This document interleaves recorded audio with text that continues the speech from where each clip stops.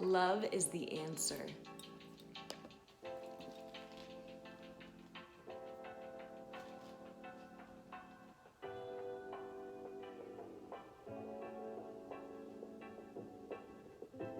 Really? It's as simple as that? Yes. My 25th year has been the most beautiful and difficult and healing year of my entire life. And sharing it with my world has been a major block for me. Sharing it with you. How do I explain that I am more of myself than ever? How do I explain that no, I haven't lost my mind? I've come to understand it. My mind was way more lost before this journey began. We are taught that it's completely normal to have this crazy, chaotic mind that has to attempt to keep up with the constant busyness and complexity our world presents.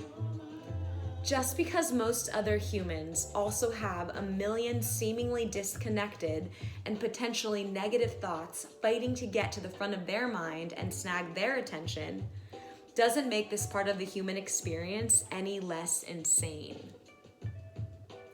So how did this quest really begin for me? My unrelenting need to understand humans and the way they behave. Psychology was not only my passion, but my college major. I received high honors by following the rules, using my logical brain to uncover scientific facts and hard truths about the ways human worked.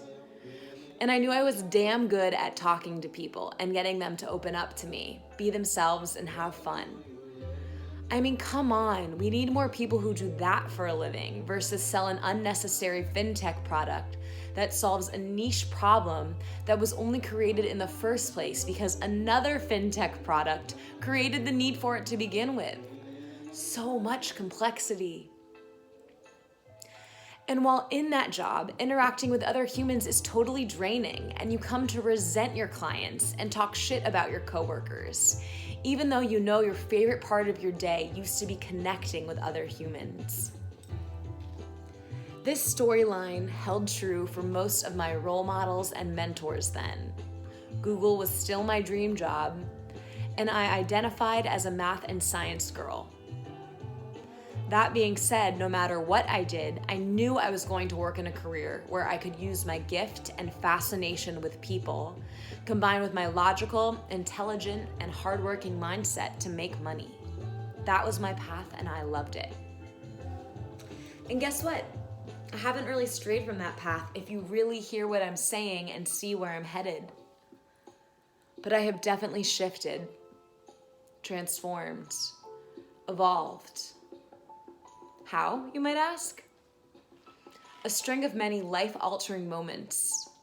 Moving to San Francisco, switching roles at Deloitte into a writing center focused on the rapidly shifting business world, attending Burning Man, quitting my strategic consulting job, learning what yoga really meant, union, and receiving an astrology reading by my friend Dylan that predicted me falling in love. No, seriously, it literally predicted the week I was going to fall in love based on my energy at the time. Why were these moments so powerful? Because they all brought me to the most basic and fundamental truth that created a starting point and grounding for future intellectual challenges and logic problems for me. Love is the answer. The enormity of that statement hit me in full force. Love is the fucking answer to why we create so much freaking complexity in this world. Duh. So in order for me to fulfill my ongoing desire to understand human behavior and why we do the things we do, I had to learn the language of love and its one true enemy, fear. So why does understanding my mind, what does that have to do with any of this?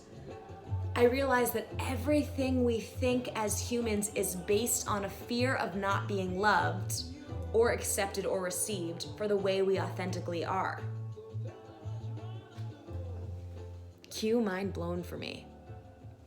I mean, so open that I wanted to figure out what was blocking me from totally and completely loving myself. Because based on my logic If love is the answer, then the reason why humans do the things they do is because they want to give and receive love. But if deep down I just want to give and receive love, then why wouldn't my mind want to help with that all the time? In my experience, even though I had received all the things, brains, talents, athletics, looks, friends, family, and heaping amounts of love, I still had a faraway voice in my head, reminding me every time I did something wrong, telling me I wasn't going to get the life of my dreams. Abigail, you got up late again. Abigail, you talk too much at that meeting. Abigail, you go out too often and party your ass off. Abigail, you're never going to get into school. Abigail, you're never going to create the job of your dreams.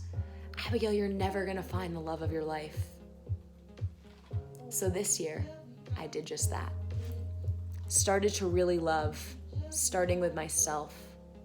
For the human I really am. A weirdo hippie who loves to talk with anyone who's interested in the meaning of life stuff and desires to lead a future world founded on, based in, and connected to love, not fear like the world we live in now. No, I am talking a lovely world.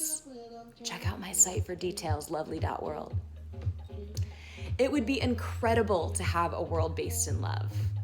Yes, I know your mind is saying unrealistic, no fucking way, but I bet your heart feels different. I bet your heart is telling you, well, if there's any remote possibility that she is right, that would be incredible. And it would be incredible to have a ruler who wants to guide and protect you because they truly love all beings everywhere.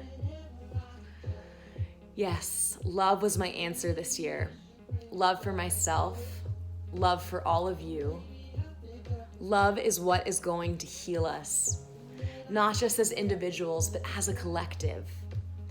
Falling in love with ourselves so we can truly experience love outside our individual human bodies. Because love doesn't have an inside or an outside. Love doesn't have any walls or boundaries. It flows freely. And it all starts with loving yourself. Humans give and receive love. That much is obvious, but that exchange goes deeper than just speaking it aloud. There are more languages than the spoken word. More languages of love. Touch, gift giving, acts of service, quality time, all love. So if you've gotten this far and are tuning into my voice as I bring it to the world, I ask you one simple thing in return. Love me too. And don't be afraid to connect with me to go deeper on what I can offer to you now. Intuitive energy healing and guidance.